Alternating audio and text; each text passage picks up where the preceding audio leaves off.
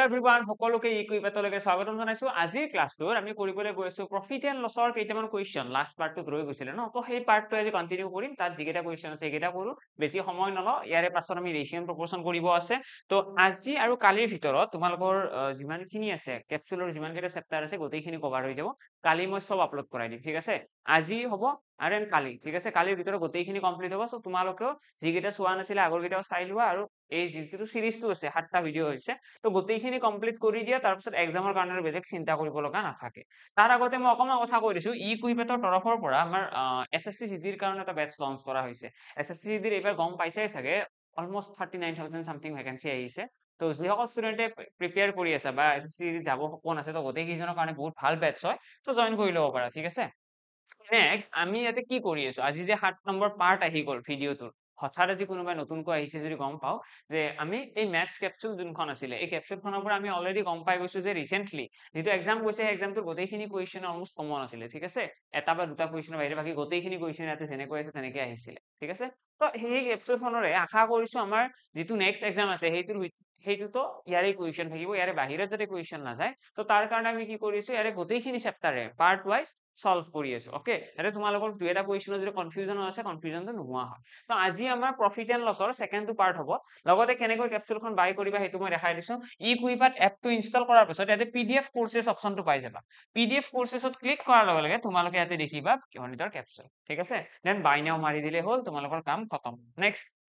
Start কৰিছো আজি ক্লাসটো profit loss and ডিসকাউন্টৰ আমাৰ কিমান নম্বৰ কুৱেশ্যন আছিলে 19 নম্বৰ কুৱেশ্যন ন 18টা কুৱেশ্যন সলভ কৰিছিলো আজি 19 নম্বৰ কুৱেশ্যনটো আছে আমি বেছি টাইম নলও ইনস্ট্যান্টলি সলভ কৰো আগৰ নিচিনাকৈ যিকেইজনে মোৰ গোটেইকেইটা পাৰ্ট চাইছা তোমালোকে গমে পাইছা কুৱেশ্যনটো দেখাৰ লগে লগে তোমালোকে পজ কৰিব লাগে ন ভিডিঅটো পজ কৰিবা পজ কৰি পেলাই ট্ৰাই কৰিবা যদি এনসাৰ তাৰ পিছত এনসাৰটো কিবা এটা আহিল তাৰপিছত ভিডিঅটো কাট কৰি পেলাই এনসারটো মিলাই ললে হ'ল যদি মিলিছে খুব ভাল কথা যদি মিলা নাই তেতিয়ালে কেনেকৈ কৰিছো প্ৰসেসটো গোটেই চাই লবা ওকে এইখিনি কথা আৰু মই ৰিপিট নকৰো ডাইৰেক্টলি মই গোটেইখিনি কুৱেশ্যন কৰাই দি যাম ঠিক আছে ওকে এটা কৈছে a man purchase sum x at 340 rupees ইয়াতে কৈছে এজন মানুহে কি কৰিছে তিনিটা কণী কিনিছে ঠিক আছে তিনিটা কণী কিনিছে 5 টকাত আমি এটা কোয়ান্টিটি বেসড কুৱেশ্যন বুলি গম পাই গলো যেতিয়া আমি গম পালো না যে তিনিটা কণী কিনিছে মানে লগে লগে গম পাই গলো কোয়ান্টিটি বেসড কুৱেশ্যন এটা যিসকলে একদমলি নতুনকৈ চাই আছে ইয়াৰে আগতে পঢ়াই নাই মোৰ তাত ঠিক আছে তোমালোকৰ কাৰণে অকমান কনফিউজিং লাগিব পাৰে তো তোমালোকে কি কৰিব পাৰা প্ৰফিট এণ্ড লছৰ ফাউণ্ডেশ্যন এটা গোটেইখিনি profit and loss basic to high video upload কৰা আছে ইউটিউবত লগতে প্ৰফিট এণ্ড লছ ৰিভিজন কৰোৱা আছে ঠিক আছে কমপ্লিট ম্যাথছ বুলি সাৰ্চ কৰিলে আহি যাব কমপ্লিট ম্যাথছ বাই নিৰ্মল ছাৰ সাৰ্চ কৰিবা তোমালোকে এটা ম্যাথছৰ সিৰিজ পাবা তাত 9টা ভিডিঅ আছে 9টা ভিডিঅত গোটেই ম্যাথছখন কভাৰ কৰা আছে ঠিক আছে 9টা ভিডিঅত গোটেইখিনি ম্যাথছ কভাৰ কৰা আছে তো তোমালোকে ধুনীয়াকৈ চাই ল'ব পাৰা তাৰ পৰাও তাতে প্ৰফিট এণ্ড লছৰ কাৰণে এটা ভিডিঅ আছে এইটো ভিডিঅ চালেও এইটোৰ আইডিয়া আহি যাব ইয়াতে আমাক কৈছে তিনিটা কণী কিনিছে 5 টকা ঠিক আছে প্ৰথমতে কোৱান্টিটি লিখিলো এইটো কোৱান্টিটি তিনিটা কণী কিনিছে কিমান টকাত 5 টকাত ঠিক আছে দেন আমাক কি কৈছে সোল্ড देम 5 for ₹12 পাঁচটা কণী বিক্ৰী কৰিছে 12 টকাত ওকে পাঁচটা কণী বিক্ৰী কৰিছে 12 টকাত তিনিটা কণী কিনিছে কিমান টকাত তিনিটা কণী কিনিছে 5 টকাত ঠিক আছে এইটো হৈছে ৰুপিস তিনিটা কণী কিনিছে 5 টকা আৰু পাঁচটা কণী বিক্ৰী কৰিছে 12 টকা আমি কি কৰিব লাগে কোয়ান্টিটি বেসড কুৱেশ্যনত আমাৰ ভুল থাকে আমি কোয়ান্টিটিটো সমান বনাব লাগে তো ইয়াতে এটা 5 পূৰণ কৰিলো ইয়াতে এটা 3 পূৰণ কৰিলো এটা কি হ'ল 5 3 গুণ 15 3 5 গুণ 15 ইয়াতে যেটো 5 পূৰণ কৰিছো ইয়াতে এটা 5 পূৰণ কৰিম ঠিক তেনেদৰে ইয়াতে এটা 3 পূৰণ কৰিম ওকে এটা কিমান পালো ইয়াতে পাই গলো 25 আৰু ইয়াতে পাই গলো 36 মানে আমি গম পাই গলো যে যিকেইটা বস্তুৰ এটা 15টা কণী আছে 15টা কণীৰ কিনা দাম আছিল 25 টকা কিন্তু 15টা কণীৰ বেচা দাম কিমান বেচা দাম হৈছে 37 টকা কিমান টকা লাভ হল 25 টকাত কিনি 36 rupeesত সেল কৰিছে 11 টকা লাভ হৈছে এই 11 টকাটো লাভটো কিহৰ ওপৰত হৈছে the number of eggs of what okay তো আমাক কৈছে 11 টকা প্ৰফিট হৈছে ইয়াতে কি কৈছে চাই লওক এবাৰ ইয়াতে কৈছে 5 for ₹12 does he gain ₹143 আমাক কৈছে 143 টকা যদি লাভ কৰিব লগা হয় কিমানটা কণী কিনিব লাগিব চোৱা আমাৰ যেতিয়া এই মানুহজনে সাৰে কুৱেশ্যনটো ভালদৰে চোৱা ইয়াতে কৈছে 15টা কণী ইয়াতে 15টা কণী কিনিছে ন 15টা কণী বিক্ৰী কৰিছে 15টা কণী যেতিয়া কিনি পেলাই বিক্ৰী কৰে মানুহজনৰ কিমান টকা লাভ হয় 11 টকা লাভ হয় ক্লিয়াৰ নে সকলোৱে এইখিনি বুজি পাই আছে যে 15টা কণী কিনি পেলাই যেতিয়া বিক্ৰী কৰিব 11 টকা লাভ হয় আমাক কৈছে ইমান টকা লাভ হ'ব লাগিব এটা 11ৰ লগত এনেকুৱা কি পূৰণ কৰিম যাতে 143 হয় 11ৰ লগত কি পূৰণ কৰিলে 143 আহিব আমি গম পাম 13 পূৰণ কৰিলে হ'ব নেকি 13 পূৰণ কৰিলে হ'ব তো 11ৰ লগত যদি 13 পূৰণ কৰো কি হ'ব 11 13 গুণ 143 তো ইয়াৰ পৰা আমি গম পালো যে 11 টকাকৈ 13 গুণ এই বিজনেছখন কৰিব লাগে তো 15টা কণী কৈ কিমান বাৰ বিক্ৰী কৰিব লাগিব বুজি পালানে কথাটো মানে মৰেলটো এনেকুৱা 15টা কণীৰ বিক্ৰী কৰিলে 11 টকা লাভ হয় নে নাই এইখিনি চোৱা ইয়াতে ট্ৰানজেকচন চোৱা 25 টকাত কিনিছিল 37 টকাত বিক্ৰী কৰিছে 15টা কণী যোনটো ব্যৱসায় আছে 15টা কণী কিনিছে বিক্ৰী কৰিছে তেতিয়া 11 টকা লাভ হয় তো সেইটো কিমান টাইম কৰিব লাগিব 11 টকা লাভ হ'ব 15টা কণী 30টা কণী বিক্ৰী কৰিলে 22 টকা হ'ব তো এনেকৈ গৈ পেলাই 13 গুণ বুজি পালানে 13 গুণ কৰিলে ইয়াতে কি পাই আছো আমি 143 এটা কৈছে না 143 ঠিক তেনেদৰে ইয়াতে 13 গুণ কৰিলে 15 3 গুণ 45 ৰ 5 হাতে গলো 4 15 1 গুণ 15 4 19 195 ঠিক আছে তো 195 আমাৰ কিমান আহিব 195 টা কণী মানে বিক্ৰী কৰিব লাগিব বা কিনি আনিব লাগিব সো এই ব্যৱসায়টোত 142 টকা লাভ হয় বুজি পালা সকলোৱে আশা কৰো বুজি পালা নেক্সট কুৱেশ্যনৰ ফালে আহিছে এইটো কুৱেশ্যন ভিডিওটো আকৌ পজ কৰি পেলাই ট্ৰাই কৰা নিশ্চয় আনসাৰ আহিব ওকে তো কি কৈছে এইটো কুৱেশ্যনত এতিয়া আমাৰ কুৱেশ্যনত কৈছে a man gains 20% by selling an article for a certain price এজন মানুহে এটা আৰ্টিকল এটা 20% লাভ কৰে এটা নিৰ্দিষ্ট দামত বিক্ৰী কৰিলে if he sells it at double the price the percentage of profit will be okay এজন মানুহে কি কৰিছে 20% লাভ কৰিছে 20% লাভ মানে কি যদি 100 টকাত কিনিছিল 120 টকাত বিক্ৰী কৰিছে ঠিকে আছে নে ঠিকে লিখি আছো যদি 100 টকাত কিনিছিল 120 টকাত বিক্ৰী কৰি আছিল আমাক কৈছে যদি মানুহজনে যদি এই বস্তুটো বেচা দামটো যদি ডাবল কৰি দিয়া কৈছে ন if he sells it at double the price double দুই গুণ প্ৰাইচত মানে 120 টকাত বিক্ৰী কৰি তাৰ ডাবল মানে কিমান হ'ব 240 টকা 240ত যদি বিক্ৰী কৰি দিয়ে মানুহজনৰ কিমান শতাংশ লাভ হ'ব কিমান শতাংশ লাভ হৈছে দেখিলে গম পাই আছো ইয়াতে 140 টকা লাভ হৈছে 100 টকাৰ ওপৰত তো আলটিমেটলি পূৰণ 100 কৰি দিলে আমি ডাইৰেক্টলি আনসাৰ পাই আছো 140% ঠিক আছে 140% অপচন বি কাৰেক্ট হৈ যাব আশা কৰো বুজি পালা একদম সিম্পল হয় অলপমান ভালকৈ গুৰুত্ব দিব লাগিব হ'ব এনেই চালে নহব অলপমান ভালকৈ গুৰুত্ব দিলে ডাইৰেক্টলি আনসাৰ ওলাই আছে নেক্সট কুৱেশ্যন এনে কৈছে a man sold 20 apples for rupees 100 20টা এপল কি কৰিছে বিক্ৰী কৰিছে 20টা আপেল বিক্ৰী কৰিছে 100 টকাৰ ইয়াৰ পৰা আমি এটাৰ ওলাবই বাৰু আহত কি কৈছে এণ্ড গেইন 20% 20% লাভ কৰিছে ঠিক আছে এজন মানুহে 20টা আপেল 100 টকাত বিক্ৰী কৰিছে আৰু 20% লাভ কৰিছে how many apples did he buy for rupees 100 কিমান 100 টকাত কিমানটা আপেল কিনিলেহেঁতেন ওকে প্ৰথমতে আমাৰ কি কৰি লোৱা প্ৰথমতে ইয়াৰ কথা থাকিব আমাক কৈছে how many apples did he buy for rupees 100 প্ৰথমতে ইয়াতে চোৱা 20টা আপেলত 100 টকাত বিক্ৰী কৰিছে আৰু কৰাৰ কাৰণে 20% লাভ হৈছে ঠিক আছে 20টা আপেল 100 টকাত বিক্ৰীহে কৰিছে এইটো কিনা দাম নহয় ঠিক আছে 20% লাভ হৈছে আমি এতিয়া এটা আপেলৰ দামটো ওলাই লওঁ এটা আপেলৰ দাম কিমান হ'ব ঠিকে আছে যদি 20টা আপেলৰ দাম 100 টকা হয় বেচা দাম এইটো সেলিং প্ৰাইস হয় দেই সেলিং প্ৰাইস এসপি তো এটা 20টা আপেলৰ যদি বেচা দাম 100 টকা হয় এটা আপেলৰ কিমান হ'ব 5 টকা হ'ব এতিয়া 20% প্ৰফিট মানে কি 20% প্ৰফিট মানে হৈছে 1/5 তো আমি ইয়াতে ক'ব পাৰো যে 5 টকাৰ পৰা 6 টকা মানে যদি বস্তুটোৰ কিনা দাম 5 টকা আছিলে বেচা দাম কিমান হ'ব 6 টকা হ'ব বেচা দাম 6 টকা হ'ব নে ক্লিয়াৰ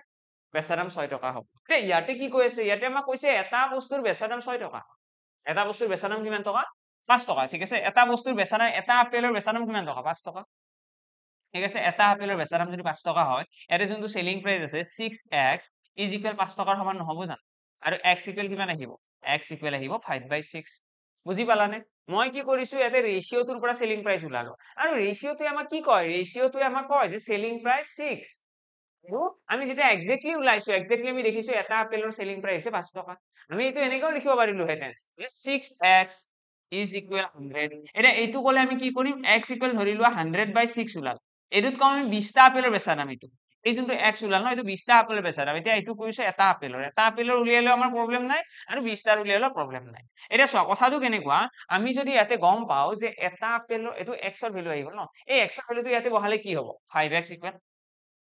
5x সমান কিমান আহিব 25/6 এতিয়া এইটো হয় কি এইটো ভালদৰে মন কৰা এইটো কি পালো আমি এইটো হৈছে এটা আপেলৰ কিনা দাম পইণ্টটো বুজি পালানে মই কি কৰিছো প্ৰথমতে ইয়াতে এটা আপেলৰ বিক্ৰী মূল্যটো ওলাই লৈছো আৰু সেই বিক্ৰী মূল্যটো ইয়াৰে ৰেশিওৰ সমান বনাইছো বনাই পেলাই এটা আপেলৰ কিনা দামটো ওলাই ললো এইটো হৈছে এটা আপেলৰ কিনা দাম ক্লিয়াৰ এটা আপেলৰ কিনা দাম যদি এইটো হয় এই কিনা দামটোৰে এটা আপেলৰ হে কিনা দাম এইটো আপোনাক কি কৈছে যে 100 টকাত এটা চোৱা লাষ্টৰ খিনি চোৱা 100 টকাত তেওঁ কিমানটা আপেল কিনিছিল 100 টকাত কিমানটা কিনিছিল এটা আপেলৰ যদি কিনা দাম এইটো হয় 100 টকাত কিমানটা কিনিছিল এটা তোমালোকে ডাইৰেক্টলি নকবা যে 100 টকাৰ 20টাই কিনিছিল, 20টাটো একদম ৰং হৈ যাব। এটা দেখাততো 20 আছে, অপচন এ এইটো ভুল। 20টা আপেলৰ এইটো বেচা দাম হয়, আৰু এই বেচা দামটো কি হৈছে 20% লাভ হৈ পেলাই আহিছে। আমাক এতিয়া এই বস্তু যিটো পালো ন, এইটো হৈছে এটা আপেলৰ কিনা দাম। এটা আপেলৰ কিনা দাম যদি এইটো হয়, 100টা আপেলৰ কিমান হ'ব? তো 100, 100টা আপেলৰ কিনা দাম 100 ডিভাইডেড বাই এটা আপেলৰ দাম, এটা আপেলৰ দাম 25 ডিভাইডেড বাই 6, 25 এৰে 100ক 4 বাৰ যাব, 6টো ওপৰত গুচি গ'লে 6 4 গুণ 24, মানে 100 টকাত 24টা আপেল কিনিব পাৰিব। ক্লিয়াৰ? 100 টকাত কিমানটা কিনিব? 24টা। অকমান ভালকৈ ফকাস কৰিব লগা আছে, ইমান ইজিও নহয়, দেখাতহে ইজি। তো এক্সামতো এনেকুৱাই হয়, এক্সামত দেখাত কুৱেশ্যন বিলাক বহুত ইজি থাকে, কিন্তু যেতিয়া সলভ কৰিবলৈ যাও কি হয়, এনসাৰ ওলাই নাহে। কৰি দিলো, এনসাৰ ডাইৰেক্টলি ওলাই, সহজ লাগিল, ঘৰত আহি পেলাই সকলোকে কৈছো পেপাৰ বহুত সহজ, এই ডাইৰেক্টলি অপচন মানে মিলি গৈছে। কিন্তু যেতিয়া ৰেসপন্স চিট আহিব, এনসাৰ চিট আহিব, কোনোবা টিচাৰে সলভ কৰাব, ভুল হৈ গ'ল, হয়নে? তো অকমান কুৱেশ্যন বিলাক ভালকৈ পঢ়িবা। নিশ্চয় ফালে আহিছে এইটো কুৱেশ্যন চোৱা। এইটো কুৱেশ্যনত কৈছে an item when sold for rupees 1690 earn 30% profit, 30% profit on the cost price, then the cost price is okay. তো এইটোত বিক্ৰী কৰিছে, এইটোত বিক্ৰী কৰাৰ পিছত 30% লাভ হৈছে, তো আমি কি লিখিম? 130%, 130% ইকুৱেল 1690, ইয়াৰ পৰা কাট কৰি দিয়া কিমান হ'ব? 1% ইকুৱেল 13 গুণ 13, ইয়াতে কি হ'ল 3, 39, 13 3 গুণ 39, তো 1% ইকুৱেল আহি গ'ল 13। আমাক কৈছে কষ্ট প্ৰাইচ, কষ্ট প্ৰাইচ হলে কি হয়? 100%, তো 100% উলিয়াবলৈ কাৰণে ইয়াতে দুটা 0 লগাই দিওঁ, 1300 আমাৰ কাৰেক্ট আনসাৰ আহি গ'ল। Okay, next question ফালে আহিছো, এইটো question চোৱা। If the cost price of 15 table is equal to the selling price of 20 tables, 15খন টেবুলৰ cost price, 15খন টেবুলৰ cost price is equal to the selling price of 20 table, 20খন টেবুলৰ বেচা দামৰ সমান। এইটো কাটিলে 5 3 15, 5 4 20, ইয়াৰ পৰা CP আৰু SP যদি ৰেশিও ওলাব লাগে, আমি ইয়াতে লিখিম 1/3 আৰু ইয়াতে লিখিম 1/4, যেহেতুকে আমি এতিয়া বেছি এডভান্স লেভেলত গুচি গলো, আমি জানো ন CP ৰ কাষত যিটো সংখ্যা লাগি আছে তাক উলটাই দিব লাগে। আমি এতিয়া এইটো ক্ৰছ মাল্টিপ্লাই কৰিলে কিমান আহিব? 4:3, তো ফাইনেল ৰেশিওটো আহি গ'ল এইটো। তো কিনা দাম আছিলে 4 টকা, বেচা দাম আছিলে 3 টকা, 4 টকাত কিনিছিল, 3 টকাত বিক্ৰী কৰিছিল, তো কিমান টকা লাভ হ'ল? লাভ হোৱাই নাই, লোকচান হৈছে। 4 টকাত কিনি 3 টকাত বিক্ৰী কৰিছে, লোকচান হৈছে। কিমান টকা লোকচান হ'ল? তো 4 ৰে কাটিলে এইটো 25%, তো 25% কি হৈছে? লোকচান হৈছে। ঠিক আছে, লছ পাৰ্চেন্টেজ, লোকচান হৈছে 25%। নেক্সট কুৱেশ্যন ফালে এইটো কুৱেশ্যন চোৱা। ভালে কৈছে, a man sells 2 pipes at rupees 12 each, he gains 20% on one and loses 20% on the other. ঠিক আছে, loses 20% on the other, এটাত কি কৰে দোকানীজনে 20% লাভ কৰে। a man sells 2 pipes for rupees 12 each, আচ্ছা দুয়োডাল পাইপৰে বেচা দাম এইটো সমান, যদি বেচা দাম সমান হয় তেতিয়াহ'লে এইটো কি কনসেপ্ট আছিলে? সেলিং প্ৰাইস সেমৰ কনসেপ্ট আছিলে ন, 20% on one and loses 20% on other। এটাত কি কৰে, এটাত 20% লাভ হয়, এটাত 20% লস হয়। ঠিক আছে, আমি 20% লাভ মানে কি? 20% লাভ মানে হৈছে 5ৰ পৰা 6, 20% লস মানে কি? 5ৰ পৰা 4। এতিয়া আমাৰ কুৱেশ্যনতে কৈছে যে দুইটাৰে সেলিং প্ৰাইস সমান, কষ্ট প্ৰাইসৰ কথাই নাহে। সেলিং প্ৰাইস ইয়াতে আছে 6, ইয়াতে আছে 4, কেনেকে পসিবল? তাতে 12 কৰি দিয়া, 6 2 গুণ 12, 4 3 গুণ 12, ইয়াতেও তো 3 পূৰণ কৰি দিয়া, ইয়াতে আহি গ'ল 15, ইয়াতে আহি গ'ল 10। আলটিমেটলি আমি গম পালো যে বস্তু দুটাৰ সেলিং প্ৰাইস কিমান হ'ল? বস্তু দুটাৰ সেলিং প্ৰাইস এতিয়া সমান। এতিয়া আমি মনটো ভাল লাগিছে আমাৰ, হয় নে নাই? কিয়? কাৰণ সেলিং প্ৰাইস সমান বনাই দিলো। কুৱেশ্যনত কৈছিলে ন যে দুটা বস্তুৰ বেচা দাম কিমান? 12 টকা, দুইটা বস্তুৰ বেচা দাম 12 টকা, তো সেলিং প্ৰাইসটো সমান হ'বই লাগিব ন, সেলিং প্ৰাইস এতিয়া সমান 12 12। কষ্ট প্ৰাইস কিমান হ'ল? ইয়াতে 15, ইয়াতে 10, 25 টকা, মানে টোটেল কিনিছিল কিমান টকা? আমাক কি সুধিছে? the whole transaction there is on the other, in the whole transaction there is কি neither loss gain। okay, আমাক কৈছে এই গোটেই ব্যৱসায়টোত, গোটেই প্ৰক্ৰিয়াটোত কি হ'ল, কিমান তলৰ কোনটো হ'ল গোটেই প্ৰক্ৰিয়াত? তো আমি দেখিছো ইয়াতে 25 টকাত কিনিছিল, 10 যোগ 15, 25 টকাত দুইটা বস্তু কিনিছিল আৰু বিক্ৰী কৰিছে 24 টকাত, মানে 1 টকা এটাৰ কি হৈছে? লোকচান হৈছে। এই 1 টকাটো কিমানৰ ওপৰত? 25ৰ ওপৰত, পূৰণ 100 কৰিলে পাৰ্চেন্টেজ ওলাব,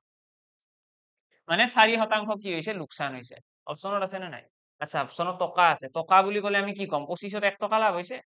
লছ অফ ৰুপিজ 1। ঠিক আছে, কাৰণ 12 2 গুণ 24 ন, 12 2 গুণ 24 টকা সেলিং প্ৰাইস, আৰু 15 25 টকা। আৰু ইয়াতে মই কিয় ৰেশিও সমান বনাব লগা হোৱা নাই? এই ৰেশিওটো মই কিয় সমান বনাব লগা হোৱা নাই? কাৰণ ইয়াতেও কৈছিলে 12 টকা আছিলে সেলিং প্ৰাইস, তো ইয়ালৈ মিলিয়ে গৈছে ডাইৰেক্টলি। তো মিলি যোৱাৰ কাৰণে আমি আৰু ৰেশিও সমান কৰাৰ প্ৰয়োজন, আমি ডাইৰেক্টলি ক'ব পাৰো যে 25 টকাত কিনিছিল, 24 টকাত বিক্ৰী কৰিছে, দুইটা বস্তু, তো আলটিমেটলি 1 টকা এটা লোকচান হৈছে। অপচন সি কাৰেক্ট হৈ যাব। নেক্সট কুৱেশ্যন, এইটো কুৱেশ্যনে কি কৈছে? Ramesh sold a book at a loss of 30%, ৰমেশে এখন কিতাপ এখন 30% লোকচানত বিক্ৰী কৰে। if he has sold it for rupees 140, যদি বুকখন 140 টকা বেছি দামত বিক্ৰী কৰিলে হয়, he would have made profit of 40%। এনে কি কৰে ৰমেশে এখন কিতাপ এখন 30% কম দামত বিক্ৰী কৰে লোকচান 30% লোকচান মানে কি 30% লোকচান ইয়াৰে অৰ্থটো বুজি লোৱা ইয়াৰে অৰ্থ হৈছে 70% বিক্ৰী কৰিছে হয় নে নাই 30% লোকচান মানে 70% বিক্ৰী কৰিছে যদি 140 টকা এই 70% সাফিচিয়েন্ট নহয় 70% অফ চিপি এই যদি 140 টকা বেছি দামত বিক্ৰী কৰিলে হয় 140 টকা যদি বেছি দামত বিক্ৰী কৰে তেতিয়া কি হ'ব he would have made a profit of 40% তেতিয়া হলে মানুহজনৰ 40% লাভ হ'ল 40% লাভ মানে কি 140% of CP বুজি পালানে 140% of CP ওকে তো 70%ৰ লগত 140% এইখিনি আহিছে 140 টো হেপিনে লৈ গলে কি হ'ব মাইনাস হ'ব যদি মই 70% টো হেপিনে লৈ যাওঁ 70% অফ CP টো হেপিনে লৈ গলে কি হ'ব এইটো আলটিমেটলি তোমালোকে এনেকুৱাও ৰাখিব পাৰা 70% অফ CP টোক মই যদি এনেকে লিখি থওঁ একেই কথা হ'ব 7 CP by 10 বুজি পালা 7 CP by 10 প্লাস 140 আৰু ইয়াতে কিমান আহিব 14 by 10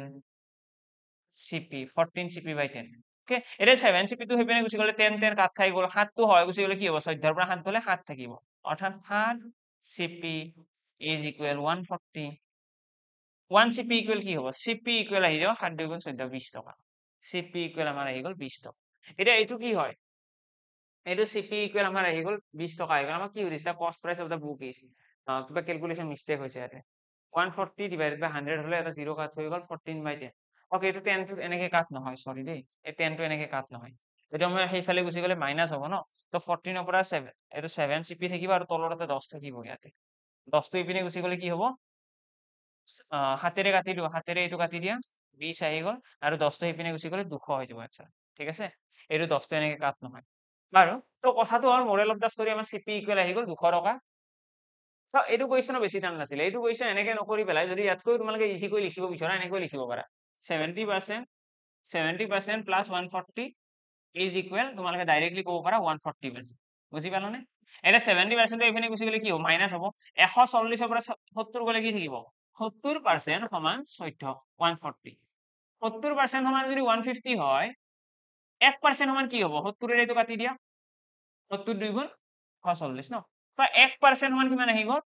1% is equal আমাৰ আহি গল 1% equal আহি গল 2 rupees 1% equal 2 আমাক লাগে কি আমাক লাগে কষ্ট প্ৰাইস অৰ্থাৎ 100% লাগে তো 100% ৰ কাৰণে এটা 0 লগাই দিয়া দ্যাটস ইট 100 মাল্টিপ্লাই কৰিছো তো ডাইৰেক্টলি আনসাৰ ওলাই গৈছে ইয়াতে এতিয়া 70% অফ CP এইখিনি হৈছে বেসিক ঠিক আছে এইটো লাইনত সলভ কৰিলে মানে তোমালোকে একদম বেসিক টু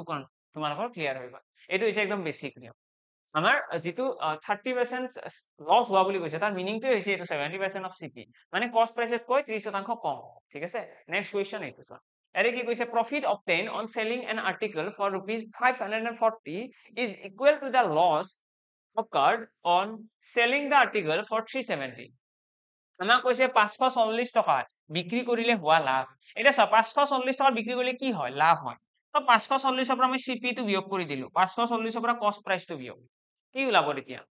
লাভ ওলাব ন এই লাভটো কি হয় এই লাভটো হৈছে লছৰ সমান কেতিয়া লছ হৈছে এতিয়া লছ হৈছে কেতিয়া জানানে যেতিয়া আমি 370 টকা বিক্ৰী কৰিম সো লছ হোৱা মিনিং কি লছ হোৱাৰ মিনিং হৈছে এইবিলাক বেসিক হয় একদম বেসিক লছ হোৱাৰ মিনিং কি লছ হৈছে তাৰ মানে হৈছে কিনা দামটো বেচা দামতকৈ ডাঙৰ লছ হৈছে লাভ মানে কি বেচা দামটো কিনা দামতকৈ ডাঙৰ আমি বেচা দামৰ পৰা কিনা দাম বিয়োগ কৰিছো প্ৰফিট ওলাই গল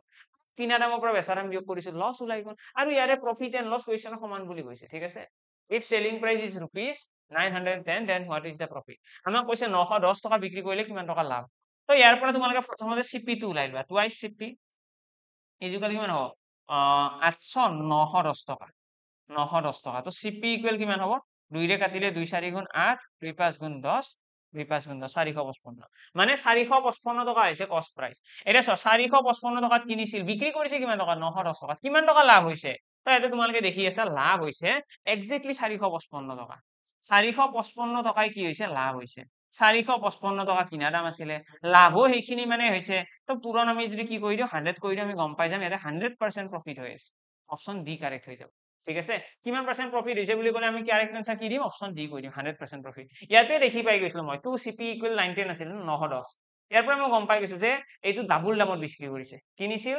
455 টকাত বিক্ৰী কৰিছে 2 গুণ দামত মানে 910 টকাত মানে 100% লাভ 100 টকাত কিনিছে 200 টকাত বিক্ৰী কৰিছে এনেকুৱা টাইপৰ নেক্সট কুৱেশ্যন, এইটো কুৱেশ্যন কি কৈছে, cost price of an article is rupees 800, কিনা দাম আছে 800 টকা, after allowing a discount of 10% a gain